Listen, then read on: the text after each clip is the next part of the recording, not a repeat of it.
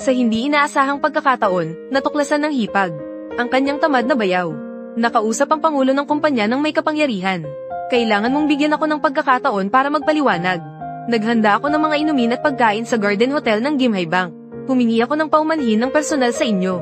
Nang marinig ang respetadong tono ng pangulo ng kumpanya sa kabilang linya, iniisip ng hipag na ang kanyang bayaw na tamad ay tiyak na hindi simpleng tao.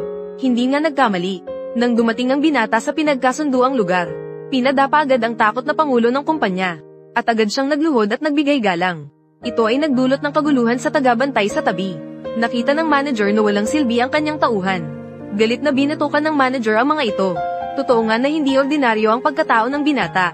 Ang kanyang ama ay isa sa pinakamayaman sa buong mundo. Kahit hindi magtrabaho sa 18 henerasyon ay hindi magugutom. Ngunit ang binata ay nagsawa na sa luho sa ibang bansa, at nagsawa na sa marangyang pamumuhay na iyon. Nagbabalak siyang bumalik sa lumang bahay na puno ng alaala, mamuhay ng ilang panahon, at sadyang itinago niya ang kanyang tunay na pagkakakilanlan. Ang kanyang ama na kilala bilang pinakamayaman sa buong mundo. Upang matulungan siyang makahanap ng asawa at magkaroon ng anak, pinone niya siyang hanapin ng 2 babae para sa engagement.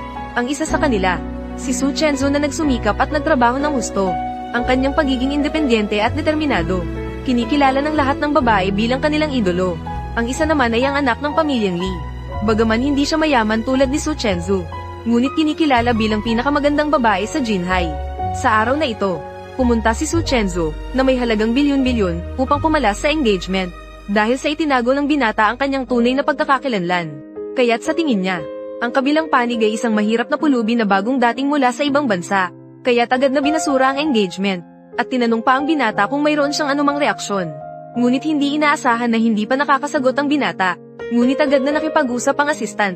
Siya ay isang dukhang pulubi. Ano bang opinyon ang maaaring meron siya? Siya ay isang pulubi na nangongolekta ng basura sa ibang bansa. Sa buong buhay niya, hindi pa siya nakakita ng pera. Kumpara sa inyo na may halagang bilyon-bilyon. Siya mismo ay isang basura. Ang mga lalaki na nakarinig nito ay hindi pinansin. Ngunit biglang nagsalita ang babaeng CEO. Agad niyang gagamitin ang mayamang tagapagturo ng Daksha. Akala niya ay magpapatalo na ang binata. Ngunit hindi niya alam na ang tinutukoy na mayaman ay ang binata. Ipinadala ng kanyang ama para alagaan siya.